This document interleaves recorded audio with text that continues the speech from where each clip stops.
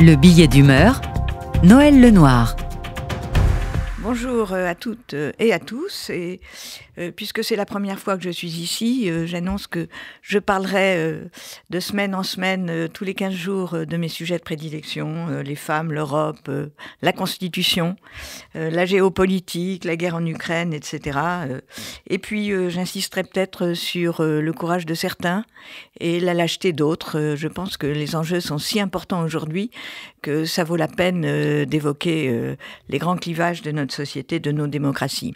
Alors aujourd'hui, puisque nous sommes à 2 jours du premier anniversaire, si on peut dire, de la mort de Mahsa Amini, cette jeune femme kurde de 22 ans qui a été assassinée par la police des mœurs iraniennes parce que ses cheveux dépassaient un petit peu de son voile, je pense que c'est utile d'évoquer ce qu'est l'Iran depuis la révolution de 1979.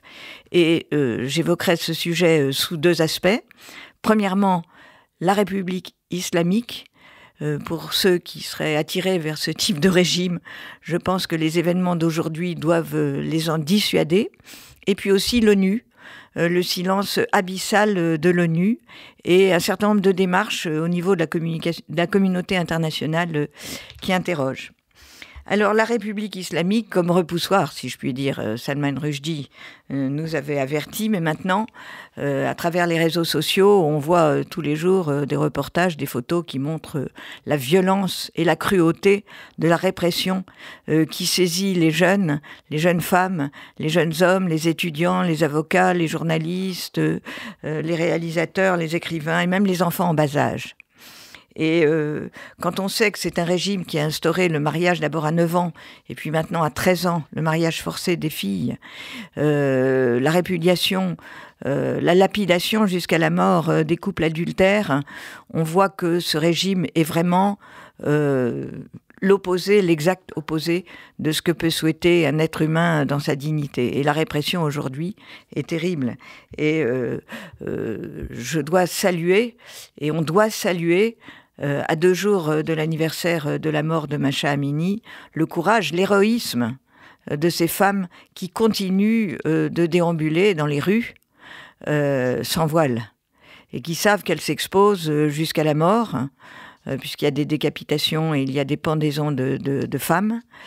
Et elles continuent beaucoup moins qu'avant décembre 2022, puisque la police des mœurs, qui était censée avoir été supprimée, a repris son travail, avec d'ailleurs des femmes qui sont souvent les plus fanatiques. Mais il faut saluer ce qu'est un être humain, ce qu'est une jeune femme, un jeune homme, quand il résiste de cette façon-là, avec un certain sentiment d'abandon, et c'est le 2e point que je voudrais souligner, de la communauté internationale. Alors, l'Europe a fait un peu mieux, puisque le Parlement européen a pris une résolution pour condamner les crimes commis à l'encontre de son peuple par le gouvernement iranien. Le Conseil européen a voté des sanctions pour la fourniture des drones mortels par l'Iran à la Russie dans la guerre en Ukraine.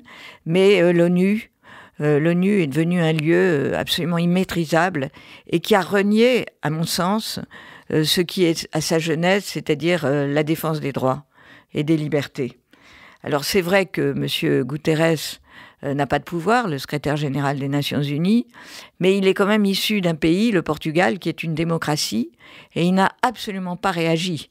Et bien au contraire, puisqu'il a accepté, et ça n'est pas une farce, hélas, si c'est une farce, elle est tout à fait lugubre, il a accepté que des représentants iraniens soient présidents de la commission pour la prévention des crimes et la justice pénale, d'une part, et président depuis mai dernier, et la première session aura lieu en novembre, du Forum social du Conseil des droits de l'homme des Nations Unies.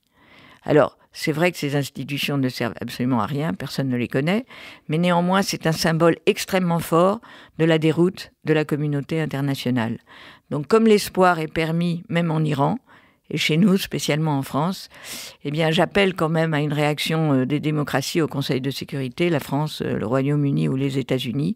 Et j'appelle aussi au soutien de ces jeunes Iraniens qui se révoltent et qui ont le droit d'être appuyés par tous ceux qui croient dans la liberté et la dignité de l'homme.